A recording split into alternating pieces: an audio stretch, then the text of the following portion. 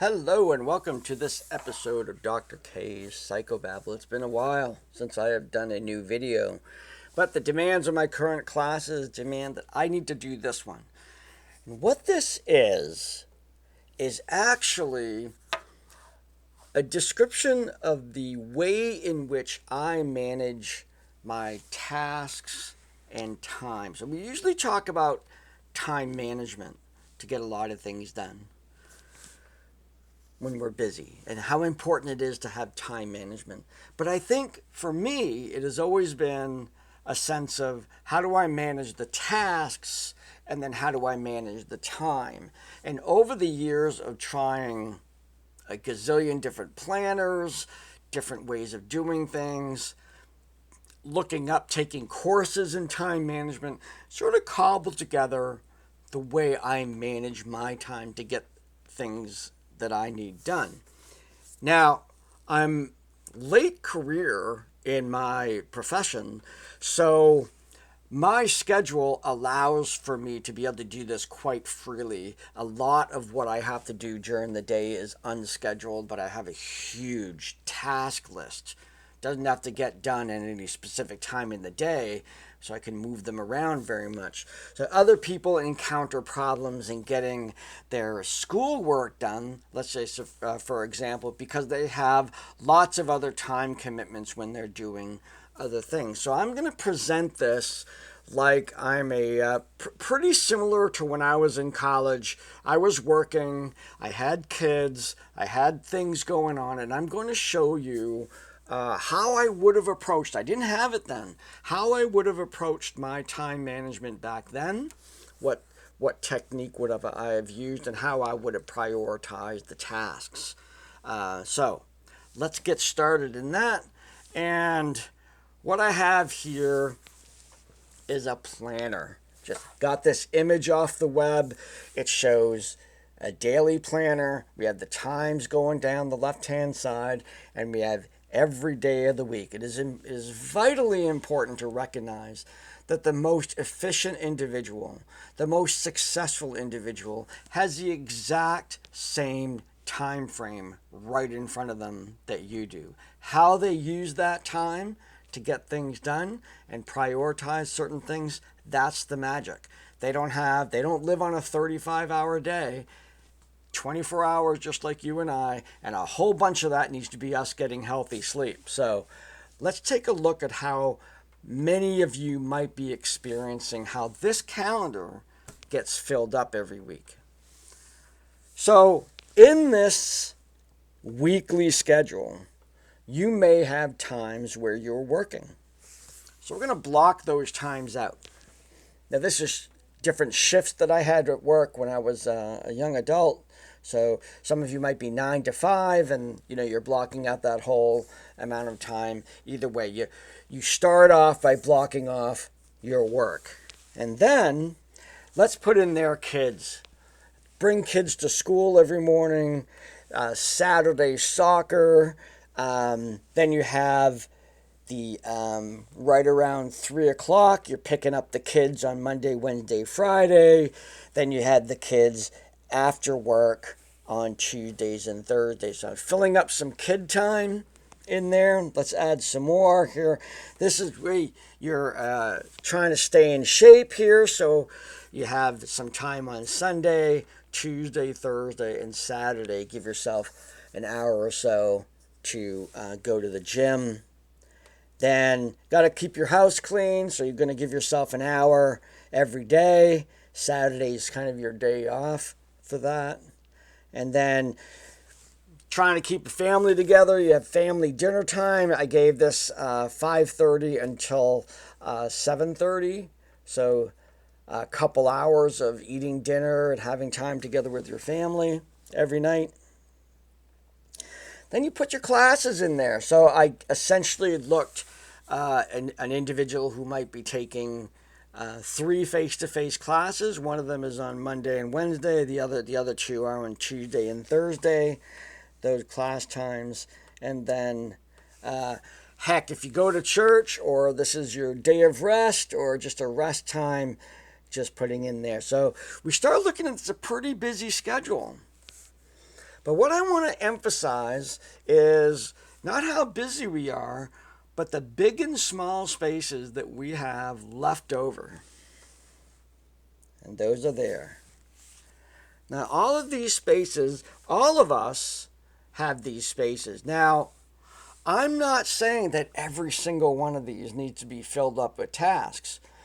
What I'm saying is that when the time is there, having something ready to go so that you can get a little something done during that period of time. Let's say in between work and the time you're going to spend with your kids on Friday, there's an hour right there. Maybe a little bit to cool off, from work, get home, get ready, and then it's just a half hour before your time with the kids. Doesn't matter. It's open time, but you have to perceive that as an opportunity for you to be able to schedule things. So in normal time management, what it asks you to do is you take your task list and you look at all those open spaces and you say, I'm going to work on my discussions on this time and this time. I'm going to work on my paper this time and this time. I'm going to read for my classes on this time and this time. We've been taught to take those activities and dedicate a slot of time in our schedule to do those things. So first, let's take a look at what this schedule looks like when we're take out everything else. This is our opportunity. These are all of our opportunities, and normally you would take activities and assign them to every one of these boxes. This is the management of your time. This is not the management of your tasks. Here's the problem with that old way of doing things. Many problems with them. First, we often don't make lists. We just put them in the calendar. Second, and this is so vitally important, we don't know how long things will take, particularly if you're new to college. If you're new, or even then, you're given a task like a discussion, and you've given yourself 30 minutes to get that done in your schedule. And you go in and you find out that you have to go look something up, and nobody's posted yet. You got to be the first one in there, or you still have to wait for others. I mean, it just sort of messes you up, or it's going to take you longer than you thought. This is particularly true with quizzes and assignments, or even research papers or whatever. You look at those and like, wow, I didn't know it was going to take me that long, and I've only got a half hour, and then I got to go spend time with the kids, or I've got to go to work, whatever. That's one of the reasons why we don't want to take tasks and assign them to these boxes. We're going to do something different. But that's not the only problem that we have with task management. We stress and procrastinate by acting out. And what I mean by acting out, we find things to do that are pleasurable and we go do those. We start watching TV, we're scrolling on the phone, and I don't need to be harsh or anything, but it's time to grow up. You don't need TV. You don't need to scroll on the... You can schedule those times. You want to put in here Facebook scrolling time? Schedule it. Put it in there as a blocked out time so you don't have it as a temptation throughout all your day. You got to take responsibility for how you're using your time. And we act out in these ways when we're stressed, when we're bored, when we're overwhelmed with the tasks that are in front of us. We tend to check out. And at its extreme, it could even involve alcohol and drugs, or just going out partying, or just wasting a whole bunch of time. If you really want to get those goals done, what you want to do is you want to schedule that fun time, and it will affect how many of those red boxes you have, but you schedule it. So if you want to have a good night going out with your buddies to the bar, then you schedule that for a night, and that's it. All the other nights you're all set. Okay. We stress out and procrastinate by acting out.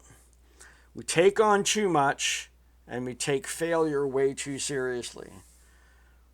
What I've seen over the years is individuals will sometimes come in and really they come into college and they sign up for those 5 classes like it says on the schedule of classes, and there's this sort of sense that they'll fit it in to their life.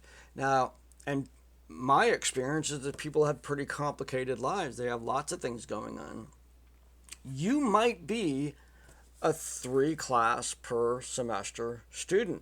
I have students that are 1 class, 2 class. They take in the summer. They're just sort of like hacking away at it. Those are rational decisions as to the balance between what you have already committed to and this new venture going to college. So it's important to recognize that these are not failures. It's not a failure to come into school, sign up for 5 classes and go, whoops, that was way too much. Drop a couple classes, work with your advisor for the long range plan. Just put your goal out a little bit longer. As I started my doctorate when I was in my 50s, and one of the key components of my motivation came from a discussion I had with somebody when I was like, I don't know if I want to do this and stuff like that. And the person said, well, one day you're going to be 59, the age I am now. No matter what you do, you're going to be 59 one of these days. Do you want to be 59 with or without a doctorate? Time's going to go by anyway. It didn't really matter how much time. The time's going to happen. What do I want when I get there? And that served as a pretty good motivation for me to get things done. We prioritize easy stuff over hard stuff. Not the best thing to do.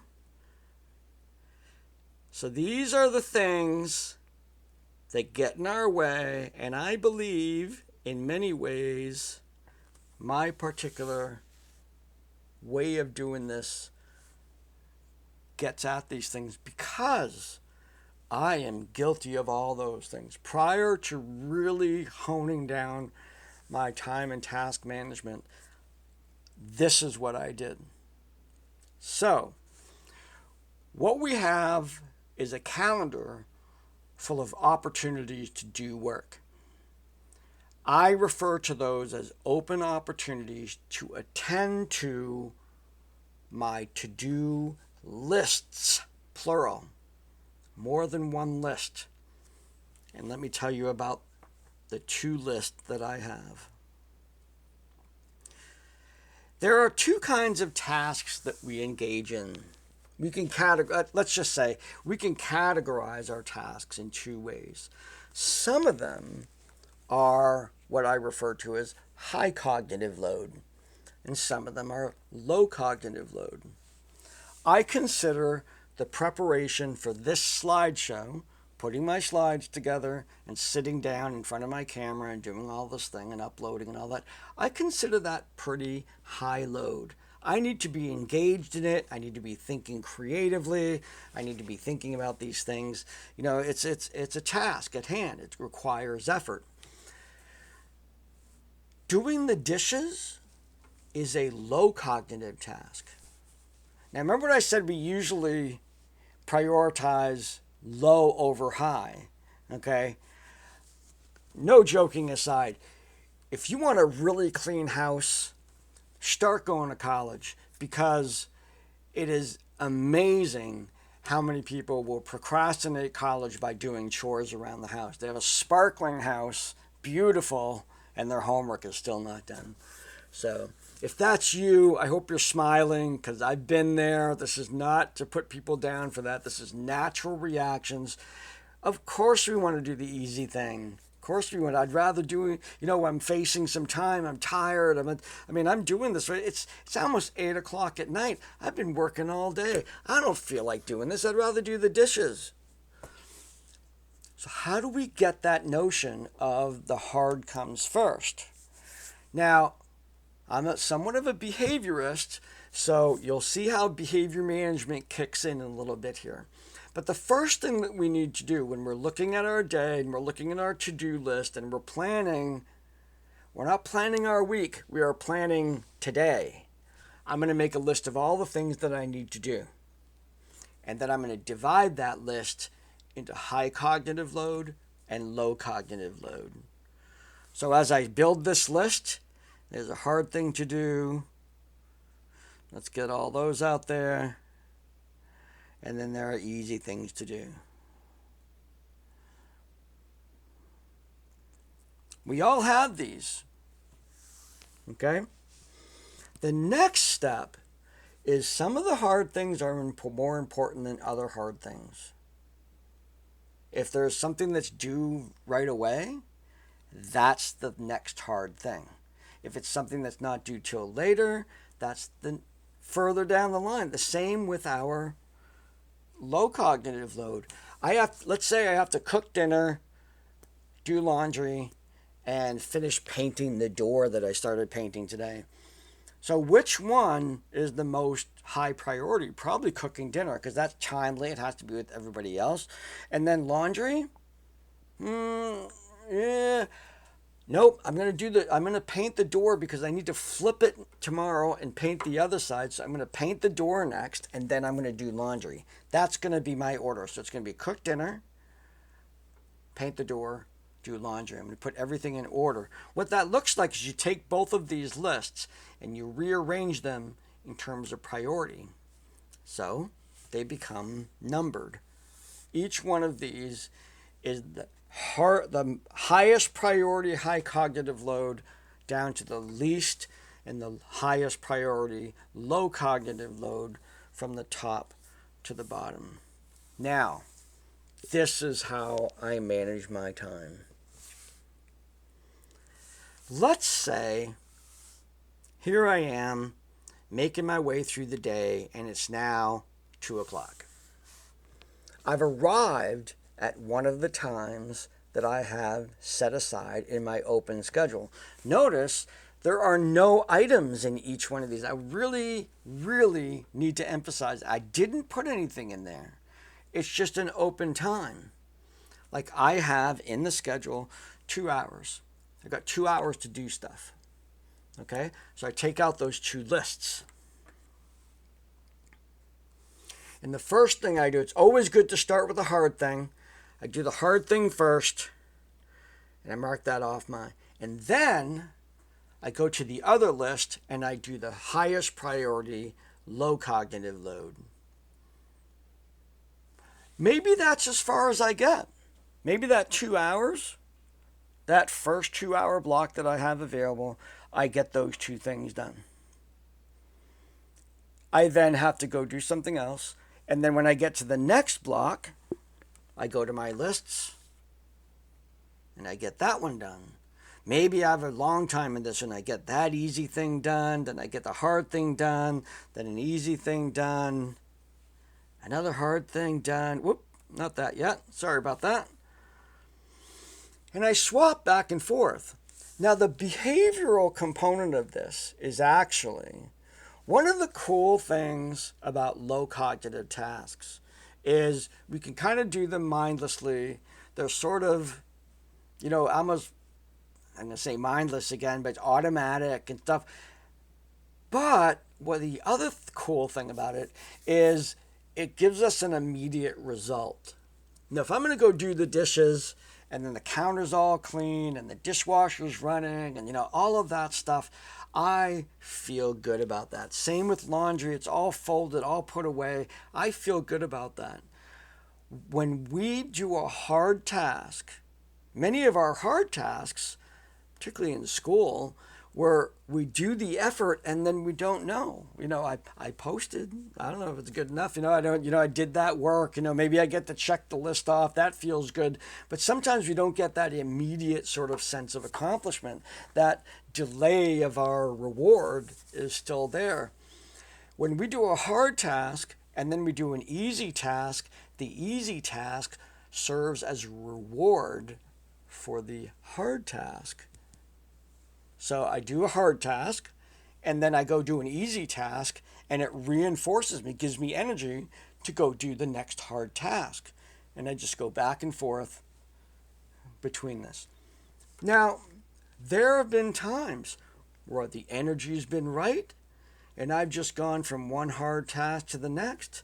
Sometimes I've gotten the list of hard tasks done and I go over to the easy task and I do a bunch of those, or maybe I combine two of them. I have to take care of our litter boxes, but I also need to move some stuff around the house. Some boxes need to go up to the craft room or something like that. So I'll do those quickly, check those two off just like that. That's fine. You can play with this all you want. But I spend my day going back and forth. I spend every one of those red boxes becomes an opportunity for me to do something between those two lists. If there are large tasks like a research paper or something, you're going to have to divide those up into separate tasks and list them. And, first I need to go, look up some articles. And the thing is you will come back every time. If you don't get something done, if you don't get a hard task done, the next opportunity that you have, you are returning to that task until it's done because it is still high priority. Now, I said that this works on a daily basis, and that is true because I'm not filling these boxes up with items to do through the week. I'm only concerned about today. So every day I start the day creating those lists. I move them around. Maybe something else is now highest priority. Maybe something's off the list completely. I have regular things that have to get done every day. I put those on those lists and make sure that they are in the list for things for me to address.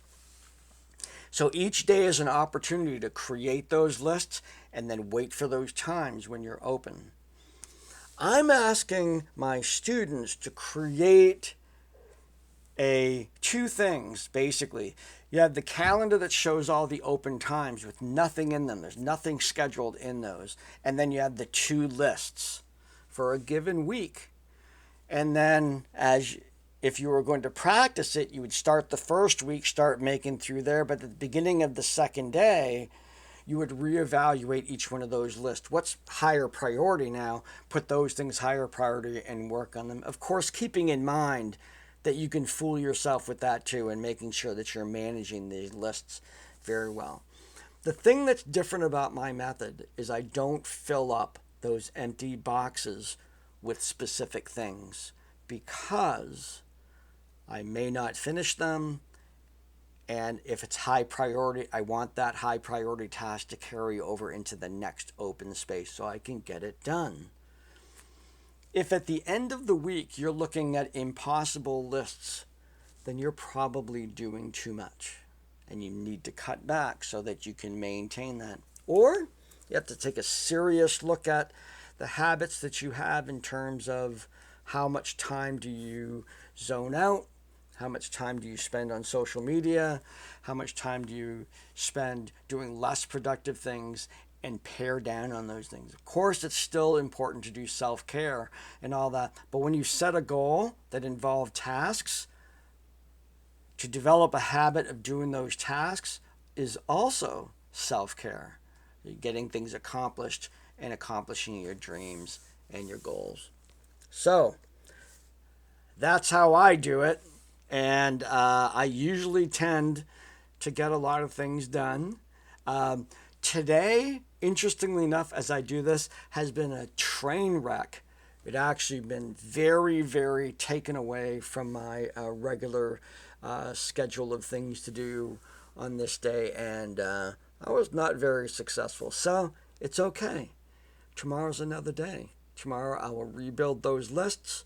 I will look at the time that I have, and I'll start going through those things. Okay?